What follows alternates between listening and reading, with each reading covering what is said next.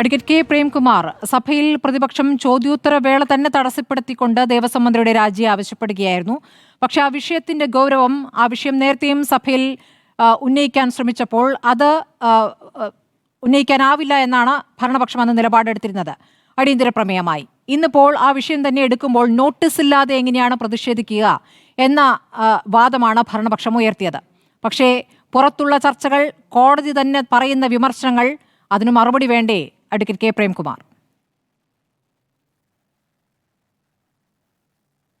അതെ, നമുക്ക് വിഷയം ചർച്ച ചെയ്യാം, അതിൽ പ്രശ്നമൊന്നുമില്ല. ഇന്ന് വളരെ ഗൗരവപ്പെട്ട മറ്റൊരു പ്രശ്നവും നമ്മുടെ മുമ്പിലുണ്ട്. എക്സാലോജിക്കുമായി ബന്ധപ്പെട്ട് CMRLുമായി ബന്ധപ്പെട്ട് മാത്യു കുഴൽനാടൻ MLA ഇന്ന് സുപ്രീം കോടതിയെ സമീപിച്ചപ്പോൾ കിട്ടിയ ഒരു വാർത്ത പുറത്തു വന്നിട്ടുണ്ട്. അദ്ദേഹം കൊടുത്ത ഹർജി ഫയലിൽ സ്വീകരിക്കാതെ തള്ളുകയാണ് സുപ്രീം കോടതി ചെയ്തത്. താഴെ തലം തൊട്ട് ഇന്ത്യയുടെ പരമോന്നത നീതിപീഠത്തെ വരെ സമീപിച്ച് ഈ വരുന്ന തദ്ദേശഭരണ തെരഞ്ഞെടുപ്പിലും തുടർന്ന് വരുന്ന നിയമസഭാ തെരഞ്ഞെടുപ്പിലുമൊക്കെ കേരളത്തിലെ ഗവൺമെന്റിനെയും അതിന്റെ ഭാഗമായി ഗവൺമെന്റിനെ നയിക്കുന്ന മുഖ്യമന്ത്രിയെയും അതിലൂടെ ഇടതുപക്ഷ ജനാധിപത്യ മുന്നണിയെയും ഒക്കെ വളരെ വേഗതയിൽ പുകമറ സൃഷ്ടിച്ച് നിർത്താമെന്ന ധാരണയിൽ UDF ആലോചിച്ച് നൽകിയിട്ടുള്ള തന്ത്രവും പാളിയിട്ടുണ്ട് എന്ന് അങ്ങ് പറയേണ്ടതായിരുന്നു. അത് ശബരിമലയിലെ സ്വർണം നഷ്ടപ്പെട്ടതിനേക്കാൾ വലിയ വിഷയമായി നിങ്ങൾ ആ വിഷയത്തെ കാണുന്നുണ്ടോ അഡ്വക്കേറ്റ് കെ പ്രേംകുമാർ? അല്ല, ഈ വിഷയം നിസ്സാരമായിട്ട് കാണുന്നില്ല. എന്തായാലും അല്ല, അത് ഒന്ന് താരതമ്യം ചെയ്യൂ. നമ്മളിപ്പോൾ എടുത്തിരിക്കുന്ന വിഷയം, കേരളം ദിവസങ്ങളായി ചർച്ച ചെയ്തിരിക്കുന്ന വിഷയം, കോടതി തന്നെ ഇടപെട്ടിരിക്കുന്ന വിഷയം. അപ്പോൾ അതിന്റെ ഗൗരവത്തെക്കാൾ മാത്യു കുഴൽനാടൻ എന്ന വ്യക്തി നൽകിയ ഹർജി സുപ്രീം കോടതി എടുത്ത് ദൂരെ കളഞ്ഞതാണോ അതിനേക്കാൾ വലിയ വിഷയം? അത് നിസ്സാരമായ ഒരു കാര്യമല്ല. അപ്പൊ താരതമ്യം ചെയ്യുമ്പോൾ സ്വർണം നഷ്ടപ്പെട്ടതിനേക്കാൾ വലുതാണ് നിങ്ങൾക്ക്? അത് നിസ്സാരമായ ഒരു കാര്യമായിട്ട് കാണുന്നില്ല. അല്ല, അതാണോ ഞാൻ പറഞ്ഞത്? അങ്ങ് പറഞ്ഞു അതിനേക്കാൾ വലിയൊരു വിഷയം എന്ന് പറഞ്ഞു. അതുകൊണ്ടാണ് ഞാൻ ആവർത്തിച്ചു ചോദിച്ചത്. അതിനേക്കാൾ വലിയ വിഷയം എന്ന് പറഞ്ഞുകൊണ്ടാണ് ഞാൻ ചോദിച്ചത്. ഞാൻ ആവർത്തിച്ചു പറയുന്നു, അതൊരു നിസ്സാര അത് വിഷയം തന്നെയാണ്. കേരളത്തിൽ ഇത് അനുവദിച്ചിരുന്നെങ്കിൽ ഇന്ന് എന്താവുമായിരുന്നു ചർച്ച? അല്ല, CMRL ഇന്നലെ എക്സാലോജി കേസ് ഇല്ലേ? നിലവിൽ അങ്ങനെ ഒരു കേസ് ഇല്ലേ? അതിനൊരു അന്വേഷണം ഇല്ലേ? പ്രശ്നം CMRL കഴിഞ്ഞോ? എക്സാലോജി കേസ് കഴിഞ്ഞോ? അത് മൊത്തത്തിൽ അങ്ങ് അടച്ചു വെച്ചോ? അല്ല, കേസ് കഴിഞ്ഞോ എന്ന് മാത്യു കുഴൽനാടൻ പറയട്ടെ. അല്ല, മാത്യു കുഴൽനാടന്റെ കേസ് മാത്രമാണോ? അതിനൊരു അന്വേഷണം നടക്കുന്നുണ്ടല്ലോ. എന്തിനാണ് അല്ല അതെ, പിന്നെ എന്തിനാണ് സുപ്രീം കോടതിയിൽ പോയത്? അല്ല, സുപ്രീം കോടതിയിൽ പോയ അത് മാത്യു കുഴൽനാട് ചോദിക്കൂ. ഞാൻ ചോദിക്കുന്നത്, ആ കേസ് അങ്ങ് പൂർണ്ണമായി അവസാനിച്ചു എന്ന മട്ടിൽ അങ്ങ് ഒരു വിജയഗാഥയാണല്ലോ തുടക്കത്തിൽ പറഞ്ഞത്. അതാണ് ഞാൻ ചോദിച്ചത്. കഴിഞ്ഞോ എന്ന് അറിയാൻ വേണ്ടി ചോദിച്ചതാ. അതെ അതെ അതെ അല്ല, കേസ് കഴിഞ്ഞോ എന്നറിയണമെങ്കിൽ ഒരു കേസ് നിലനിൽക്കുമ്പോൾ വേറെ കേസ് കൊടുക്കാൻ പറ്റുമോ ഒരേ വിഷയത്തില്? അന്വേഷണം ആവശ്യപ്പെട്ട് കേരളത്തിലെ ഒരു MLA സുപ്രീം കോടതിയെ സമീപിച്ച് ആ കേസ് തള്ളിപ്പോയി. ഏത് സാഹചര്യത്തിലാണ് കേസ് കൊടുക്കുന്നത്? ആദ്യമായിട്ടാണോ കേസ് തള്ളുന്നത്? ഹൈക്കോടതിയിൽ കേസ് കൊടുത്തല്ലോ, അതും തള്ളിയില്ലേ? ഇത് MLA സ്വന്തമായി ചെയ്യുന്നതാണോ? അതിന് UDFന്റെ നേതാക്കളുടെ പിന്തുണയില്ലേ? അവരുടെ അനുവാദമില്ലേ? ആസൂത്രിതമായ നീക്കല്ലേ? സുപ്രീം കോടതിയിൽ ഒരുപക്ഷെ കേസ് സ്വീകരിച്ചിരുന്നെങ്കിൽ സ്വാഭാവികമായും അത് പെട്ടെന്ന് വിധി പറയോ? സുപ്രീം കോടതി കൂടി പരിഗണിക്കുന്ന ഒരു വിഷയം എന്ന് പറഞ്ഞ് ആക്ഷേപിച്ച് ഈ തദ്ദേശഭരണ തെരഞ്ഞെടുപ്പിലും നിയമസഭാ തെരഞ്ഞെടുപ്പ് സമയത്തുമൊക്കെ ഇടതുപക്ഷത്തെ വേട്ടയാടാൻ വേണ്ടി ഉപയോഗിക്കാനുള്ള ഒരു വടിയായിട്ടല്ലേ ഉപയോഗിക്കുക? അത് ഒരു നിസ്സാരമായിട്ടുള്ള കാര്യമായിട്ട് തോന്നുന്നില്ല എന്നേ ഞാൻ പറഞ്ഞുള്ളൂ. അതും ഇന്ന് സംഭവിച്ചു എന്ന് പറയേണ്ടതുണ്ട് എന്നതുകൊണ്ട് പറഞ്ഞതാണ്. ഇനി ഈ വിഷയത്തിൽ ഗവൺമെന്റിന് ഇതിൽ ഒളിക്കാനൊന്നുമില്ല. സർക്കാർ എന്ന നിലയിൽ ഈ വിഷയത്തിൽ, സ്വർണ്ണപ്പാളിയുടെ വിഷയത്തിൽ 10 ഗ്രാം അധികം സ്വർണം പൂശുന്ന സമീപനമാണ് ഗവൺമെന്റ് സ്വീകരിച്ചിട്ടുള്ളത്. അതെങ്ങനെയാണ്? കേരളത്തിലെ ജനങ്ങളുടെ പൊതുവിലുള്ള വിശ്വാസം സംരക്ഷിക്കാനും.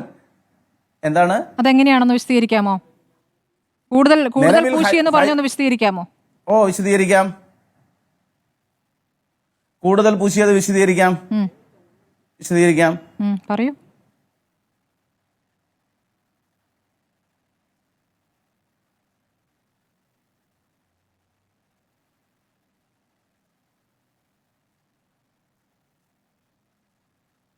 സമയം വേണോ? 14 പാളികളാണല്ലോ ആകെ ഉണ്ടായിരുന്നത്. അതെ, 14 പാളികളാണ് ഉണ്ടായിരുന്നത്. 2 പാളികൾക്ക് കുഴപ്പമില്ലാതാണ് പറഞ്ഞത്. കേടുപാടുകളില്ലാത്ത 2 പാളികൾ ചെന്നൈയിലേക്ക് കൊണ്ടുപോയതുമില്ല. 12 പാളികളാണ് ആകെ കൊണ്ടുപോയത്. അതിന്റെ ആകെ സ്വർണം എന്ന് പറയുന്നത് 281 ഗ്രാമാണ്. അറ്റകുറ്റപ്പണി നടത്തിയപ്പോ സ്വാഭാവികമായിട്ടും അതിന്റെ ഭാഗമായി 10 ഗ്രാം സ്വർണം അധികമായിട്ട് പൂശുക ചെയ്തത്.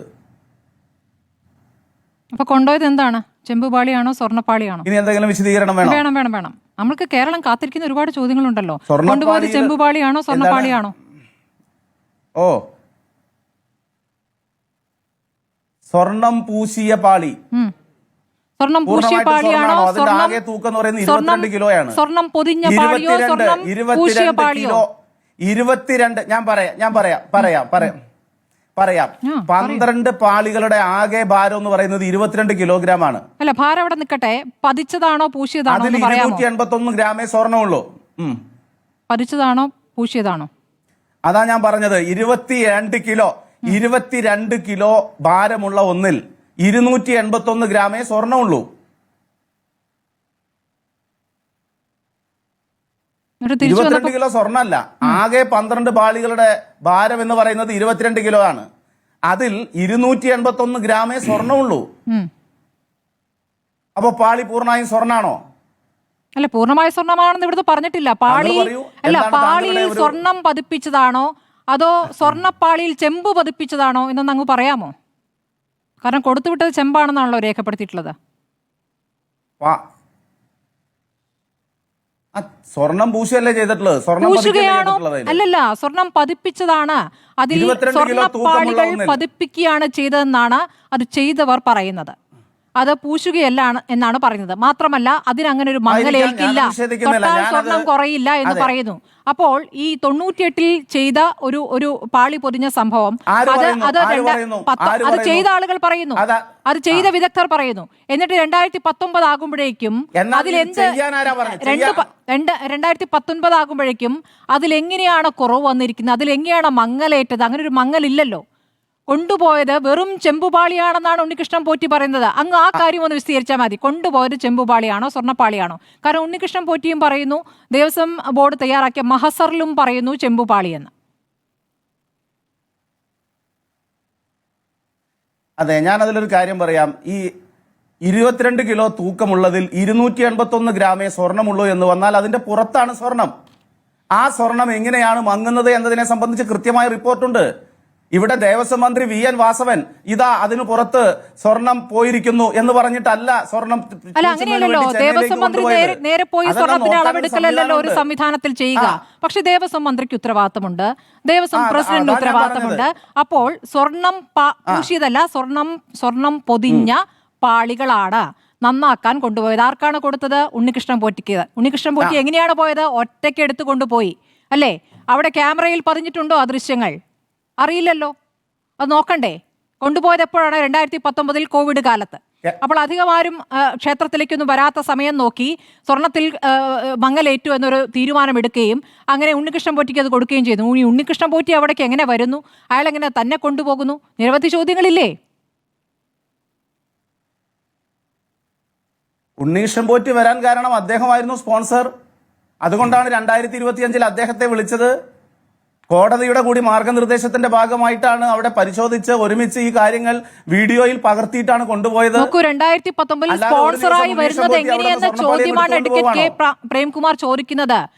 അവിടെ ഇതിനകം തന്നെ 100 പവൻ സ്വർണം വിവിധ ഭാഗങ്ങളിലായി ഈ വിജയ് മല്യ നൽകിയിട്ടുണ്ട്. അതിന്റെ ഭാഗമായി പലയിടത്തായി സ്വർണം പൂശുകയും സ്വർണം പൊതിയുകയും ചെയ്തിട്ടുണ്ട്. ഈ പറയുന്ന ശില്പങ്ങളിൽ സ്വർണം പൊതിയുകയാണ് ചെയ്തിരിക്കുന്നത്. അതിലെ പാളിയാണല്ലോ ഇപ്പോൾ എടുത്തു കൊണ്ടുപോയിരിക്കുന്നത്. അത് പൂശുകയാണെന്നാണ് പറയുന്നത്. പൂശിയതല്ല, അത് പാളി അതിൽ പതിപ്പിക്കുകയാണ് ചെയ്തിരിക്കുന്നത്. അതെങ്ങനെയാണ് എടുത്തുമാറ്റി കൊണ്ടുപോകാൻ പറ്റില്ല. ഇപ്പോൾ ദേവസ്വം വിജിലൻസ് തന്നെ കണ്ടെത്തിയിരിക്കുന്നത് എന്താണ്? കൊണ്ടുപോയതല്ല തിരിച്ചു കൊണ്ടുവന്നിരിക്കുന്നത്. അപ്പോൾ കൊണ്ടുപോയത് എവിടെ? അതെ, ഞാനൊന്ന് പറയട്ടെ. സ്വർണ്ണപ്പാളിയിൽ എങ്ങനെ അതിന് തേയ്മാനം വരുന്നു എന്നല്ലേ? അവിടേക്ക് നാണയം എറിയുന്നുണ്ട്. താങ്കൾക്കറിയുമോ? അവിടേക്ക് നെയ്യ് ഉൾപ്പെടെയുള്ള അഭിഷേകത്തിനുള്ള വ്യത്യസ്തങ്ങളായിട്ടുള്ള സംഗതികൾ വരുന്നുണ്ട്. അതെല്ലാം അവിടെ തന്നെ വെക്കല്ല, അവിടെ നിന്ന് എടുക്കുന്നുണ്ട്. അതിന്റെയൊക്കെ ഭാഗമായി കല്ല് തേയുന്നില്ലേ? അതിൽ കൂടുതലാണോ സ്വർണം? സ്വർണം തേയില്ല എന്ന് നമുക്ക് എങ്ങനെ പറയാൻ പറ്റും? ഈ സാഹചര്യം വ്യക്തമാക്കിയിട്ടല്ലേ അത് സ്വർണം പൂർണ്ണമായും പൂർവ്വസ്ഥിതിയിലാക്കുന്നതിന് വേണ്ടി കൊണ്ടുപോകുന്നത്. നോക്കൂ, സ്വർണം പൂശിയത് അല്ലാതെ ഏതെങ്കിലും ഒരു സ്വർണം വ്യക്തി പൂശിയതിൽ പറയുന്നതിന്റെ മങ്ങൽ അടിസ്ഥാനത്തിൽ വരാം, ചെയ്യാൻ പറ്റുമോ? സ്വർണം പൂശിയതിൽ സ്വർണം പിന്നീട് കുറയാം, പക്ഷേ സ്വർണം പതിപ്പിച്ചതിൽ അങ്ങനെ കുറയില്ല എന്ന് ആ രംഗത്ത് വിദഗ്ധർ തന്നെ, അത് ചെയ്തവർ തന്നെ പറയുകയാണ്. നമുക്കറിയില്ല, അങ്ങ് പറഞ്ഞ പോലെ തന്നെ നമുക്കറിയില്ല. നമ്മളെല്ലാ പണി ഏതാണ് ആ വിദഗ്ധൻ? ആ വിദഗ്ധൻ ഏതാണ്? അവിടെ ആ കാര്യങ്ങൾ ചെയ്ത സെന്തിൽ, ഇന്നലെ സംസാരിച്ച സെന്തിൽ അമാൽഗമേഷൻ വിദഗ്ധൻ ഇന്നലെ പറഞ്ഞല്ലോ, അദ്ദേഹം പറഞ്ഞല്ലോ, അദ്ദേഹം അവിടെ ആ സ്ഥാനത്തുണ്ടായിരുന്നു. സെന്തിൽ ആരാണ്? ഇതിൽ വിദഗ്ധനാണോ? ഇതിൽ വിദഗ്ധനാണോ? അങ്ങൊരു വിദഗ്ധനെ കാണിച്ചു തരൂ. അല്ല, അങ്ങൊരു വിദഗ്ധനെ കാണിച്ചു തരൂ. അല്ല, ഞാൻ വിദഗ്ധനെന്ന് കാണിച്ചു തരുന്നില്ല. ഹൈക്കോടതി പരിഹാസ്യമായ കാര്യമാണോ പറഞ്ഞിരിക്കുന്നത്?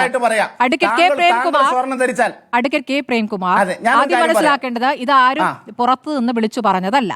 നിങ്ങൾ പറയുന്നത് പോലെ ഈ പറഞ്ഞ ഉണ്ണികൃഷ്ണൻ പോറ്റി ഈ ആഗോള അയ്യപ്പ സംഗമത്തിന് ശോഭ കെടുത്താൻ വേണ്ടി വിളിച്ചു പറഞ്ഞതല്ല. കോടതിയിലേക്ക് ദേവസ്വം കമ്മീഷണർ തന്നെ പറയാണ്, എന്നെ കാണിക്കാതെ, എപ്പോ 2025 എന്നോട് അനുവാദം ചോദിക്കാതെ എന്നെ കൂടി അറിയിക്കാതെ ഇതാ കൊണ്ടുപോയിരിക്കുന്നു പാളി നന്നാക്കാനെന്ന്, അല്ലേ? അത് തിരിച്ചു കൊണ്ടുവന്നു. അപ്പോഴാണ് കോടതി ചോദിക്കുന്നത് അതെങ്ങനെയാണ് സംഭവിക്കുന്നതെന്ന്. ആ അന്വേഷണത്തിലൂടെ കൂടിയാണ് ഇപ്പോൾ ഈ പീഠം വിവാദമൊക്കെ വരുന്നത്. അതിനു മുമ്പ് തന്നെ കോടതി ചോദിക്കുകയാണ് അതെങ്ങനെയാണ് കൊടുക്കുകയെന്ന്. കമ്മീഷണർ അറിഞ്ഞിട്ടില്ല. 2019 പോകുമ്പോഴും അവിടെ കമ്മീഷണർ ഇല്ല. ഇത് ഒപ്പിട്ട് കൊടുക്കുന്നത് ആരാണ്? മഹസറിൽ എഴുതി വെച്ചിരിക്കുന്നു ചെമ്പ് കൊടുത്തു എന്ന്. ഉണ്ണികൃഷ്ണൻ പോറ്റിക്കും നല്ല ആത്മവിശ്വാസമുണ്ട്. അദ്ദേഹം പറയുകയാണ് ചെമ്പാണ്, ഞാനത് സ്വർണം പൂശി കൊണ്ടുവന്നിരിക്കുന്നു. അദ്ദേഹത്തിന്റെ വലിയ മനസ്സ്.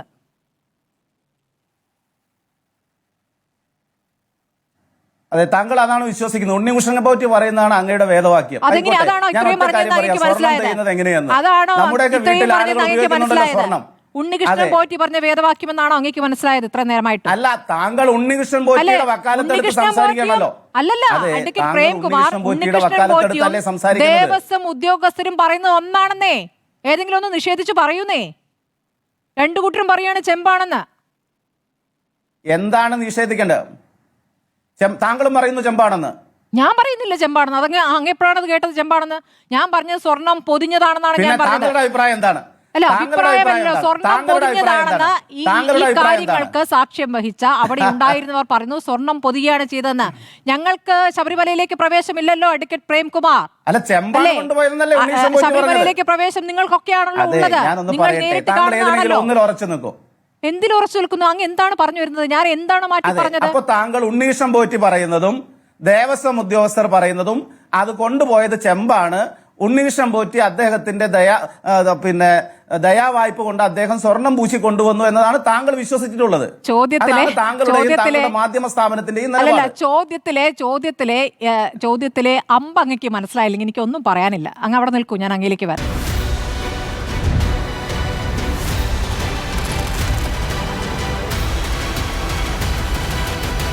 ഡിബേറ്റ് വിത്ത് സ്മൃതി പരുത്തിക്കാട്.